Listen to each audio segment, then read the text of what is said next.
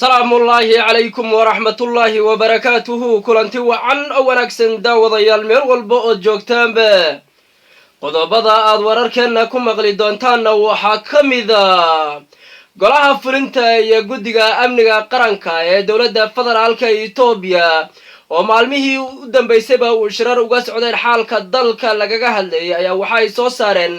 dagaalada xooggan ee ka socda waqooyiga dalka Itoobiya in loo bedelo wada hadal xoogaga TPLF naamiiska wada hadalka la yimaado ayadoo wali guddigu shirarkoodii gooskooskaha sii wadaan ayaa waxa ay sheegeen arrintaasi inay u baahan tahay xal nabadeed dalkuna uu inta in ka badan dagaalka ku sii jiri karin sidoo kale madaxa TPLF ayaa waxa uu sheegay in qoomiyadda Tigrayga si gaar ah loo beegsaday ilaa waqtigii dalka lagu soo rogay xaalad degdeg ah dad badan oo qoomiyadda Tigrayga ka soo jeedana xabsiyada loo dhaadhiciyay isagoo sheegay inuu xasuuq bil'aadnimo aad u badan lagu la kacay qoomiyadda Tigrayga ugu yaraan 53 dal oo adduunka ka tirsan u diray baaq inay sida ugu dhaqsaha badan soo farageliyaan xaaladda qoomiyadda Tigrayga ay dowladda federaalku ku hayso kala wasiiru dowladda federaalka Itoobiya ee amniga oo soo gaaray dowladdeegaanka Soomaalida ayaa waxa uu sheegay deegaanka Soomaalida ilaa 3 sano isbedelka uu ku jiray inuu nabad lagu naaloodo haysto qodobadaas iyo qodobo kale oo faahfaahsan ayaan ku eegaynaa xaaladihii ugu dambeeyay dalka Itoobiya barnaamijka waxa igala qayb galaya saaxiibkay wacare oo la socday xaaladaha dalka Itoobiya wacare ku soo dhawow san wada ogsoonay dalka Itoobiya xaaladiisu ma fiicno dagaalaha ka socda shirar kala duwan baa socda maamul goboleedyada dhan ama dawlad deegaanadu shirar gooskoos ah xaalka dalka dhan baa laga shiraya maxaa ugu dambeeyay wacare soo dhawow aad baad u mahadsantahay shidow dalka Itoobiya marka ka dambayso wuxuu sii galayaa jawigii hore ka duwan iyadoo maalmihii ugu dambeysayba dagaalo xooggan ay ka socdeen gobolka Woole ee kilalka Axmaarada iyo sidoo kale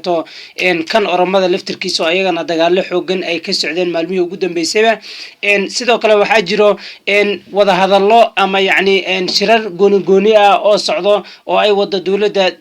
federaalka iyo sidoo kale kilalada kala duwan ee dalka Itoobiya waxaana la rabaa in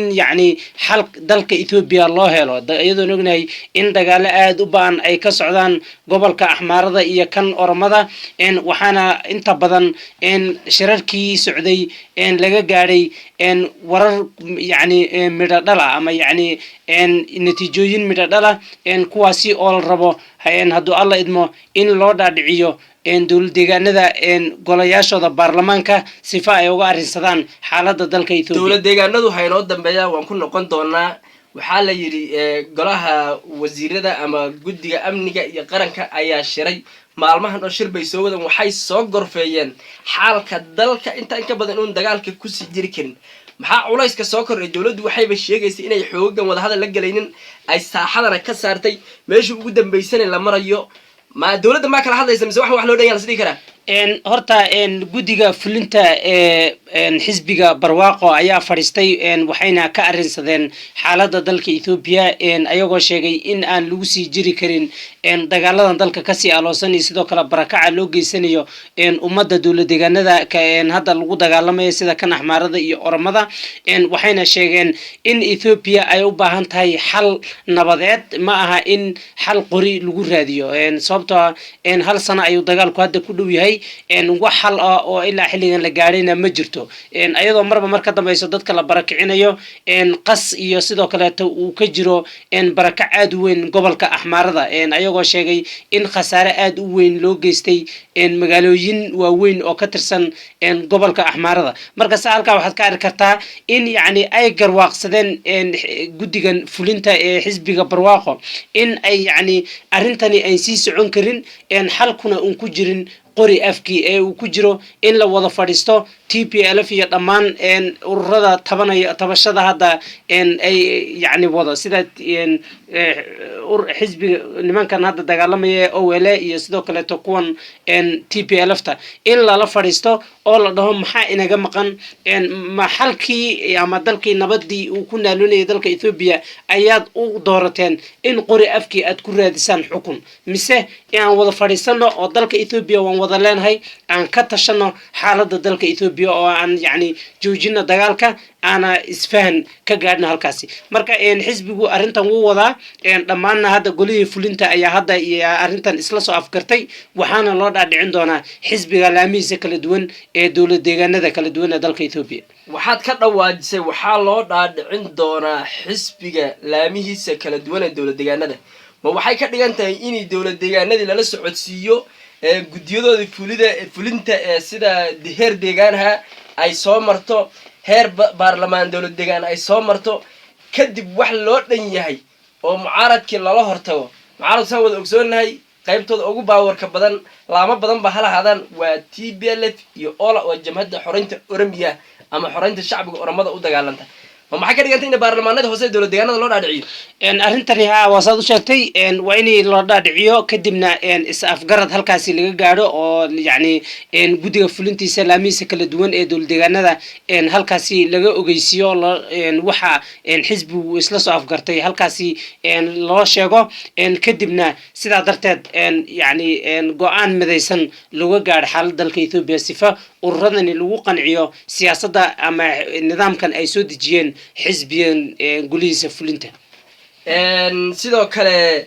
madaxa TPLF waa ninka lagu magacaabo Gabrasiyon Gebre Makail mar uu warbaahinta la hadlay maanta waxa uu sheegay in qoomiyadda Tigrayga si loo beegsaday xuquuqul insaanka ka baxsan isagoo sheegay ilaa waqtiga ay dowladda federaalka ee Addis Ababa sida uu sheegay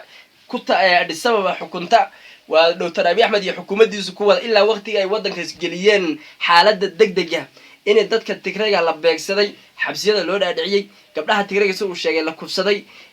wuxuuna ugu baaqay u yaraan 53 dal oo caalamka ka mid ah in ay u dhagan nuglaadaan shacabka Tigrayga abaadka ka soo yeeray ee xaalkoodu sida uu yahay inay la socdaan iyo hay'adaha xuquuqul insaanka hay'adaha amniga adduunka dhan buu u baaqay Tigraygu ma la sidii kara hadda way kululaadeen oo waxa gaaray dabka ugu dambeeya gaadhay horta sidaa sheegtayba xasuuq ba'an ayaa loo geystay qoomiyadda Tigrayga iyo dhammaan xataa qoomiyadaha taageersan nidaamkii hore ee kan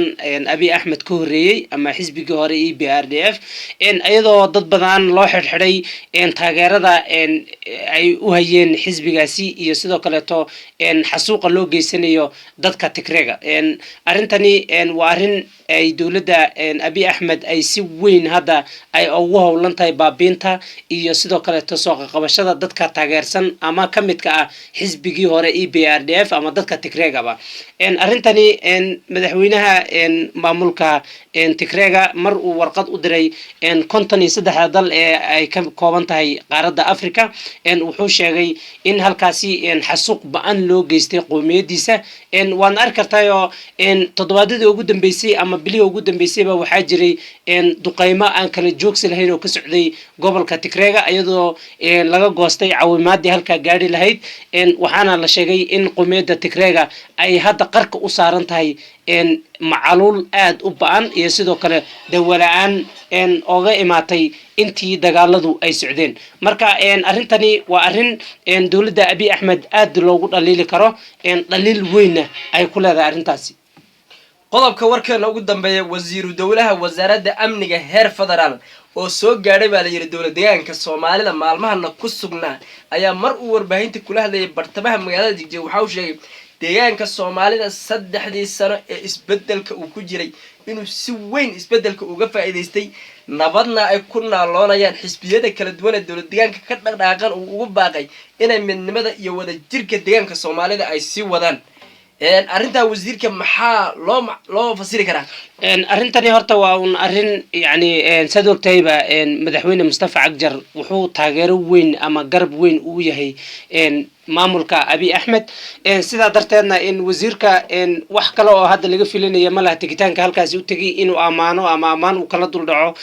deegaanka nidaamka ka jiro iyo sidoo kale to hadda ma bumbuunin karo xaalad degdeg ah ka jirto ama dagaalba ka jiro deegaanka Soomaalida waan ognahay